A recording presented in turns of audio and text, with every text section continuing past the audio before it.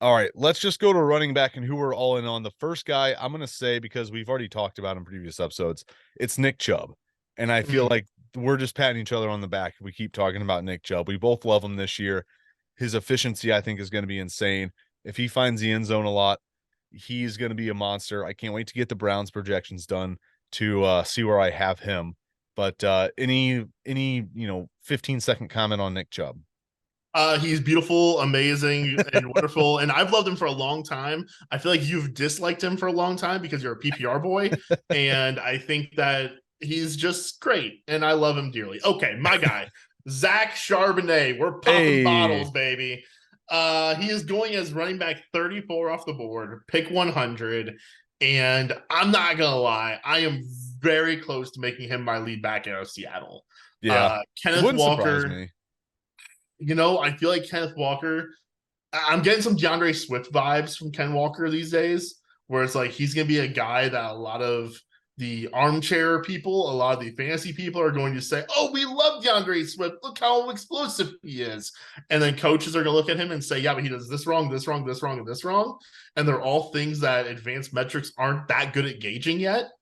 And Zach Charbonnet is going to be kind of in the uh, Jamal Williamsy type of way, the guy who just does things right, good vision, good power runner, not the most exciting player in the world. Some would probably call him a plotter, but I think that he is going to really be a nice play. And I think that he's going to get the value touches. We've talked about the Seattle offense. There is no passing downs work to go to running backs. There just doesn't exist.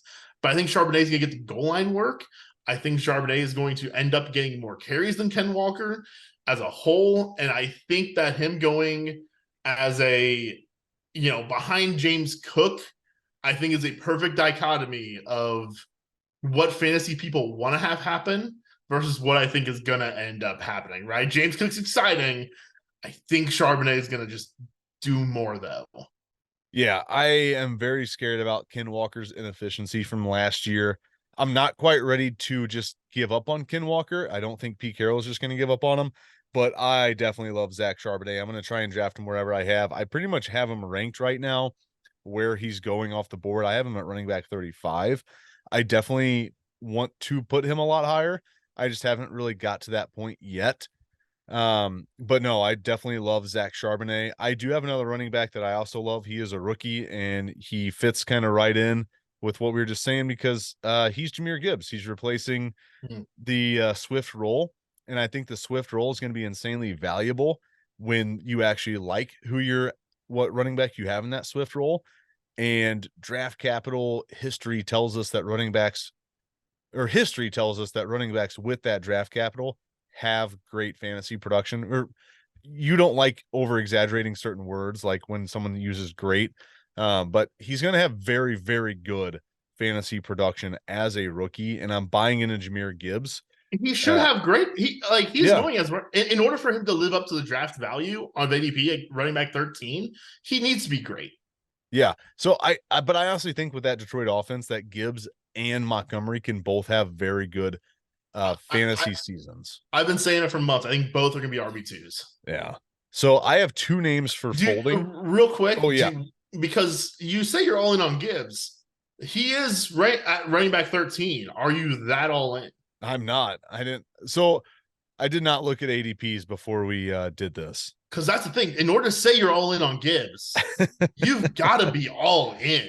Yeah, And I that's the feel thing. like I I feel feel like I am all in on Gibbs with the guys that I have in front of him right I now. I do feel I like do I have him at a too. perfect spot. I've got a running back 16. I I feel like I'm I in have on him at him. running back 16. But I'm in the man, same spot. when I look around at what other people are saying, though, it makes me feel like I'm a low guy on Gibbs. Yeah. Well, I guess I'm buying into the production that people are speculating he's going to have. Like I'm buying into that, and I feel like him being an RB16 in my rankings is perfect. Real quick, rapid fire: Gibbs or Harris? I would personally have Gibbs, but I do have Harris right in front of him. You've got one of each. It's round three: Gibbs or Christian Watson. Uh round three. Gibbs. Just because you've got one of each, so let me make it easy here. No, Gibbs. I wouldn't take Watson in the third round. Okay, but you would take Gibbs in the third. Yeah, late third for sure. Gibbs or Jerry Judy? Is Judy Who going that you're early too? Judy's third. Yeah, the exact same pick actually, 38th overall. That one's tough.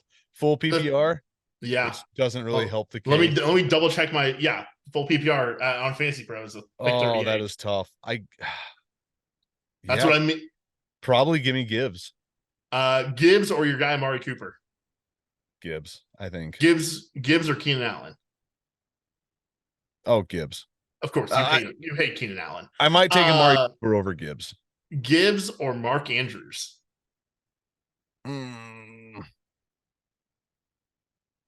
Probably Gibbs. Gibbs And I'll or take Pitts. Gibbs or Josh Allen.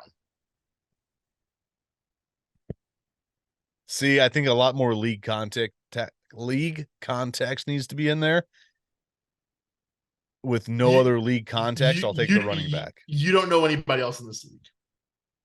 Yeah. When did Mahomes go? He went late round 2, and then Hurts went early round 3. You were picking late round 3. Oh, late round 3? I'll take Gibbs, and then I'll see if he's still there on the swing. If he's not, I'll take Lamar on the swing. Okay. Yeah. All right. Well, that killed a lot of time, but I did want it to be fast, but I thought that was important to mention though with Gibbs. Like that's the range where, in order to say you're all in on Jahmyr Gibbs, though, those are the decisions you have to make. Yeah. All right. Rapid fire folding. First off, Isaiah Pacheco. I'm just not buying into him getting enough work to really buy into just him as a fantasy asset this year. Also, I'm folding Derrick Henry. Oh, really? I'm just not going to have a piece of him in redraft. Yeah. I feel like I never have Derrick Henry in redraft. He's still my RB7 right now, but I'm fine taking, like, I'd rather have Chubb. Much rather have Chubb. Oh, for sure. At my RB8. But yeah, so I'm going to fade Henry. We'll probably get into that a little bit more. Who do you have for your folds? You're not going to like it. Aaron Jones. Yeah, I mean you're probably with consensus, so I mean I don't blame you, but yeah, I'm a little lower. If Matt LaFleur just uses him the way he should be used, he's going to be a good fantasy asset. And he was RB9 last year in most formats. A lot of people don't realize he actually still had a top 10 running back season last year. Is it just because he played 17 games though? Because I had him in I had him in a non-PPR Shouldn't that be league. part of why you draft a running back is to play 17? No, that's not why you're drafting a running back. No, you're drafting a running back to play 13. No, because I've always said I would rather have McCaffrey playing 12 games than I would just some other running back playing. And Jones has sneakily aged up now. And, oh yeah, he's definitely gotten older. And it is also AJ Dillon's walk year. I have questions about the Packers offense as a whole. Will Jordan Love check down, or will Jordan Love just kind of say screw it? And what is Jordan Love's outlet going to be? We just don't know what the answer to that question is right now. I just think that we're finally seeing the full LaFleur offense, and Jones, as long as he stays healthy and not banged up, should thrive in that. I'm buying him where I can. I'm just not going to overpay for him because he is getting older as a running back. Hope you guys enjoyed listening to me and Tanner talk about those running backs and who we're all in on and who we're out on, who we're folding away. Hey, right now, go check out the quarterback episode with the exact same theme. See what quarterbacks we're pushing those chips to the middle of the table on and which ones we're running away from.